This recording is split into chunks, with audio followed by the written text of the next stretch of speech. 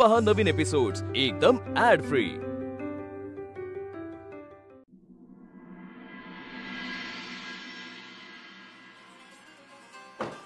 अय्या रिया मॅडम तुम्ही अगदी बरोबर दिवाळीचा दिवस निवडून आलात। राग गेला वाटतं तुझं की मी अजूनही सचिनला भेटायला चालणार नाहीये तुला। मी तू रागवले होते?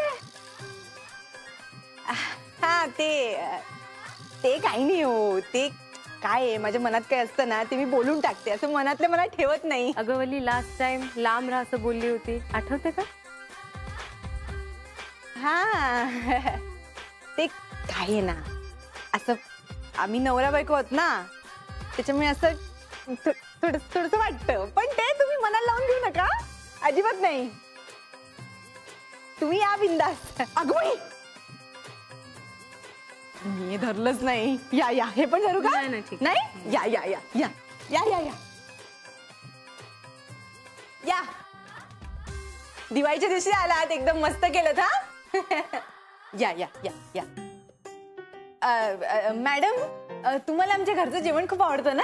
हा मग आज तुम्ही फराळ करूनच जा, आमच्या माईमावशीच्या हाताला चव आहे बरं का। या बसा बसा। It will be my pleasure. हो का? असेलच। काय काय केलंस तू? अरे मी तर कॉलेज केलंय 2 वर्ष। वल्ली मी फराळचं विचारते। अच्छा अच्छा तसं तसं विचारताय होय? हा आता माईमावशींना सगळी मदत मीच केली आहे। आता काय ते म्हातारे आहेत ना, मग त्यांना असं काही जमत नाही फार, मग त्यांना मदत करायला लागते, त्याच्यामुळे सगळंच मी केलंय असं समजा। छान आले मॅडम, तुम्ही कसं? दिवाळीचं गिफ्ट द्यायला आली। हो आणलेत ना, खूप गिफ्ट आणलेत। काय बाबा बॉस घरी येते काय गिफ्ट काय आणते, बोनस काय देते। मला काय वाटतं माहितीये का, गिफ्ट येई घरा तोची दिवाळी दसरा, हो ना? अय्या मी बोलत काय बसले। ऐका ना, तुम्ही काय घेणार? म्हणजे सगळे आहे आपल्याकडे, चिवडा आहे, चकली आहे, शेव आहे, मी लाडू आणू का?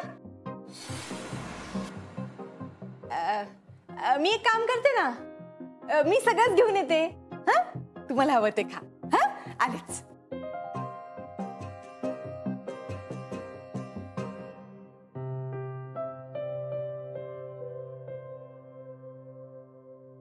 अरे वा, व्हॉट अ प्लेझंट सरप्राईज।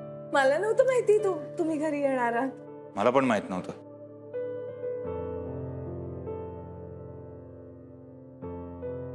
मी फक्त दिवाळी गिफ्ट द्यायला आली।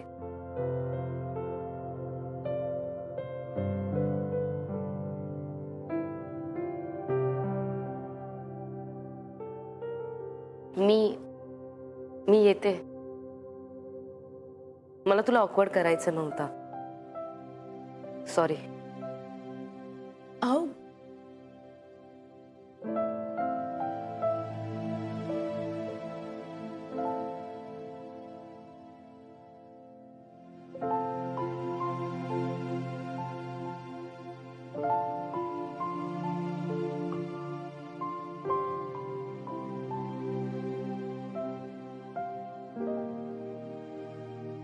रिया मॅडम,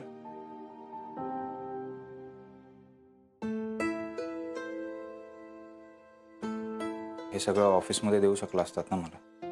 हा पण मग दिवाळीच्या दिवशी तुला भेटता नाही आलं असतं मला। मॅडम हे असं वागणं बंद करा ना तुम्ही, सगळ्यांच्या डोळ्यात येतंय तुमचं वागणं। आणि तुला काय वाटतं मी इथे येते म्हणून तुलाही त्रास होतोय का? त्रास होण्याचा प्रश्न नाही आहे मॅडम। म्हणजे तुला आवडतं मी इथे आलेलं? मॅडम तुम्ही असं कोंडीत नका पकडू ना मला। बघा तुम्ही बॉस आहात माझ्या, त्यामुळे तुमचा अपमान होईल असं नाही बोलू शकणार मी, पण म्हणून तुम्ही बोलाल ते वागाल ते सहन पण नाही करू शकणार ना। सचिन, मॅम बॉस जरा बाजूला ठेव सचिन, तू फक्त मला रिया म्हण। कुठल्या तोंडाने नावाने हाक मारू तुम्हाला? मागे तुम्ही आग्रह केला तेव्हा प्रयत्न केला ना मी, तुमच्या मनात काय ते समजल्यावर मी कसा मैत्रीचा हात पुढे करणार. आणि प्लीज घरी येणं थांबवा माझ्या. म्हणजे तुला त्रास होतोय माझं इथे येणं? ठीक आहे, आता यापुढे मला काय करायचं ते मी बघेन. अहो, तसं नव्हतं म्हणायचं मला. मला सगळं समजते सचिन, तू काय म्हणतोय, तुला म्हणायचं काय. जाते मी. मॅडम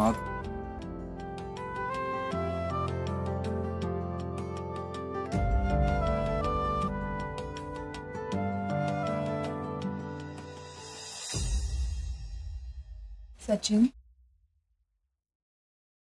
काय झालं? प्रॉब्लेम आहे का काही? नाही, मीटिंग आहे ना उद्या, त्याच्याबद्दल बोलत होते. तुम्ही दोघं कामाविषयी नक्कीच बोलत नव्हतात. तू काही बोलला नाहीस तरी तुझ्या चेहऱ्याकडे बघून एवढं सांगूच शकते मी. बोल ना, काय झालंय? तू बहिणी म्हणतोस ना मला. बोल माझ्याशी, सांग ना. परवा ऑफिसमध्ये रिया मॅडमने प्रपोज केला. बापरे, काय सांगतोस? माझ्या मनात तसं काही नाहीये.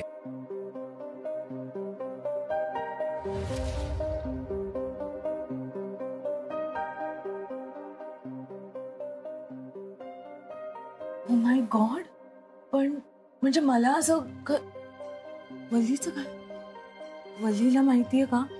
म्हणजे तिला धक्काच बसला असेल ना रे. तीच तर गंमत आहे वहिनी. सगळं माहितीये वल्लीला. मीच सांगितलं सगळं, काहीच न लपवता. आणि तरी सुद्धा रिया मॅडम कडून गिफ्ट घेताना काहीच वाटत नाही तिला. काय बोलतोस तू? म्हणजे बायको म्हणून काय वाटत असेल तिला? काहीच वाटतच नाहीये. गांभीर्यच कळत नाहीये तिला. तिला असं वाटतं की रिया मॅडमच्या मनात माझ्याबद्दल जे काही आहे ते सिरियस नाहीये फार. आणि म्हणे माझ्याबद्दल खात्री आहे तिला, त्यामुळे तिला वाटतं की याचं पुढे काही होणार नाही. अरे पण म्हणून मग ती म्हणते की जे चालू आहे तसंच चालू राहू दे. त्यांच्याकडून जेवढा फायदा होईल तेवढा करून घे. वल्ली,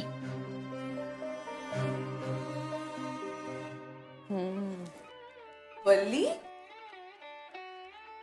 अगं तू रियासाठी फराळाची प्लेट भरायला गेली होतीस ना? हो, पण मला दिसलं त्या गेल्या, त्यांनी काय खाल्लं नाही. मी काय करू? मला आवडतं फराळ म्हणून मी खाते.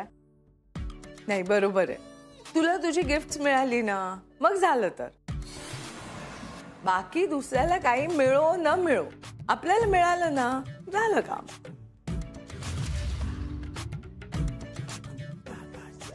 नाहीये होणार जाऊबाई. मला ना घरातल्या सगळ्यांची काळजी आहे. तुमचा डबा भरून ठेवलाय मी. आज लक्ष्मी पूजन आहे ना, तुम्ही जाणारच असाल तुमच्या घरी, हो ना? हो की नाही? मला 100% खात्री होती. नाही म्हणजे हे घर तुमचं नाहीये असं म्हणायचं नाहीये मला, पण ते घर सुद्धा तुमचंच आहे ना. पाय बाई, तुमचा जीव अडकला असेल त्या घरात. नाही म्हणजे किती माणसं आहेत त्या घरात. तुमची आई, तुमची लेक. आठवणीत असेल ना सगळ्यांची? हा, मला 100% खात्री होती की आज तुम्ही पारिजातवर जाणार म्हणजे जाणारच. काय ना वल्ली, मी काय करणार आहे काय नाही हे माझं मी ठरवे. मी कुठे जायचं, काय करायचं हे सगळं तुला सांगायची मला अजिबात गरज वाटत नाही. अगं बाई, राग आला तुम्हाला? हा, राग यायची काय गरज आहे? पण आता स्वतःच्या घरात जाण्यात कसला आलाय राग, नाही का?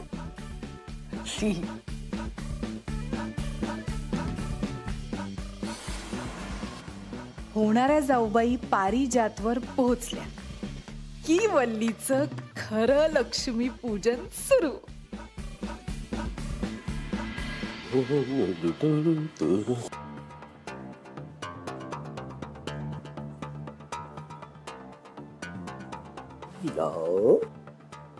दिवाळी सण मोठा, नाही आनंदाला तोटा. काय झालं माझी आई आज अशी उदास? काय सोनबाईंची आठवण येते का? हो, येते मला अनामिकाची आठवण. अगं पण मी आहे ना, आपण मिळून साजरे करूया सर. झालं म्हणजे हे 4 दिवस सुद्धा आनंदात काढायला नकोत मला. असं का बोलतेस मी तुम्हाला? खरं तेच सांगतेय. तुझ्या बरोबर दिवाळीच काय, एक क्षण सुद्धा घालवायची इच्छा नाही माझी. तुझ्या बरोबर सण साजरा करावा अशी एक तरी आठवण दिलीस का रे तुम्हाला? हा, अशी एकही आठवण मी तुला दिली नाहीये ग. तर माझी एक सुद्धा चांगली आठवण तुझ्याकडे नाहीये. पण बाकी सगळ्यांच्या खूप छान छान आठवणी आहेत तुझ्यासमोर. सगळ्यांच्यात. अनुची आहे, जन्मदात्या बापाची आहे, तिच्या तर खूपच आठवणी असतील ना तुझ्याकडे. आठवते का ती? कोणाबद्दल बोलतोयस तू? अच्छा, इतक्या पटकन विसरलीस तिला? बाबांनी तुझ्यापेक्षा जास्त जिला जीव लावला ती. बाबांची बदली झाल्याच्या नंतर ज्या ज्या गावी आपली बदली होत असायची तिकडे पाठी पाठी पाठी येत असायची ती. प्रत्येक दिवाळीला बाबा शरीराने आपल्या सोबत असायचा, पण मनानं मात्र तिच्या सोबतच ते दिवाळी साजरी करत असायचे. ओके, त्रास नव्हता होत का तुला? म्हणजे गंमत कशी बघ ना, बाबा दिवाळीला आपल्या घरामध्ये सुद्धा तुझ्याकडून उठणं लावून घेणार आणि तिकडे तिच्याकडून सुद्धा उठणं लावून घेणार. म्हणजे 2-2 घरामध्ये बाबा दिवाळी साजरी करत होते आणि तो मात्र हे सगळं निमवटपणानं सहन करत होते. आणि याच्यामधून माझं जे एकटेपण आहे ना, ते मला खायला उठायचं. आई, तुला माहिती होत आहे? सगळं सगळं माहित होतं ग मला. आपल्या बापानं आपल्या आईशिवाय बाहेर दुसरा एक संसार थाटलेलं हे नक कळणे इतपत मी लहान नव्हतो. त्यावेळी मला असं वाटायचं की आपल्या बापाला ना माझाच, म्हणजे माझ्या बाबतीतच त्यांना राग आहे म्हणून ते सतत घराच्या बाहेर राहायचे असं मला वाटायचं. नाही, तसं काही नव्हतं. तुझा काहीच संबंध नव्हता त्याच्याशी. किती लहान होतास तू. मला एक सांग, तुला जर सगळं माहिती होतं तर आपण जबाबदारीने वागावं असं नाही वाटलं तुला कधी? मला ना खरं सांगू का, मला राग यायचा, या सगळ्या गोष्टीचा राग यायचा. मला तुझा राग यायचा, बाप म्हणणाऱ्या त्या माणसाचा राग यायचा, मला स्वतःचा राग यायचा. मला प्रश्न पडत असायचा की का सहन करते ही बाई? एवढी शिकली सवरलेली होती, स्वतःच्या पायावरती तू उभा राहू शकत होती, का सहन केलं सांग? वाटलं तर कधीतरी बदलेल हे. नाही बदलले. आणि जेव्हा माझ्या हे लक्षात आलं तोपर्यंत खूप उशीर झाला होता. अरे तू होतास माझ्या पदरात आणि तुला घेऊन एकटीने घराबाहेर पडायचं नाही, पण एवढा आत्मविश्वास नव्हता माझ्यात. म्हणूनच मी ठरवलं, तू अनामिकाशी जेव्हा असं वागायला लागलास ना, तेव्हा मी ठरवलं की मी अनामिकाच्या पाठीशी उभी राहणार. कर्तबगार आहे ती एकटी राहू शकते, तिच्यात धमक होती ती, आणि म्हणूनच तिच्यावर अन्याय होऊ द्यायचा नाही हे मी पक्क ठरवलं. तुमचं लग्न झालं यात मी सुद्धा दोषी आहेच की. ती चूक दुरुस्त करायची आहे मला. बरोबर आहे, म्हणजे एवढं सगळं करून बापाला चूक सुधारण्याची संधी तू दिलीस, बघ मला का नाही ग? ए आई, मला खरोखर माझी चूक मला सुधारायची, मला सुद्धा एक संधी दे ना.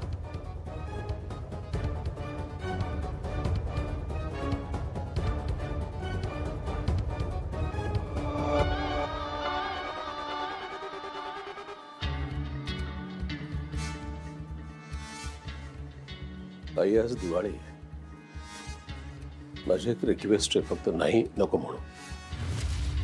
मला एक लाडू बनव ना.